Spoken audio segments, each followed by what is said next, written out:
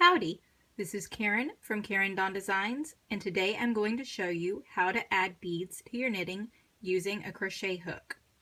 To do this, you will need a small crochet hook that is able to fit through the hole in your beads.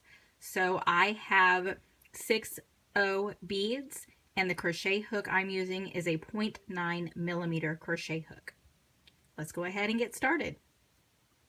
Go ahead and work up to the point where you are ready to add a bead. I'm going to be adding a bead to this stitch on my left hand needle. So the first thing that I do is I push the stitches on my right hand needle down a little bit because that needle is just going to dangle and I don't want the stitches to fall off. Then you take your crochet hook and add a bead to it. Then insert your crochet hook into this first stitch on your left needle, going in as if to purl, so from the right to the left. Remove the stitch from your needle, and now we're going to place the bead on that stitch. I like to pinch the base of the stitch just to give it a little extra support and slide the bead down and onto that stitch. Don't let the stitch fall off the crochet hook. Then take the stitch and put it back onto your left hand needle. And this time, you make sure your crochet hook is the same way that you inserted it, so that way you are not twisting your stitch. Then you can put the crochet hook down and pick up your working yarn and your right hand needle again. And now we need to actually knit this stitch. This may be a little tricky because the bead placement will make the stitch a little tight, so just make sure you get in there and knit the stitch just as you would normally knit it, and the bead is secure and on your knitting. Let me show you that again. So I've worked up to the point of my next bead placement.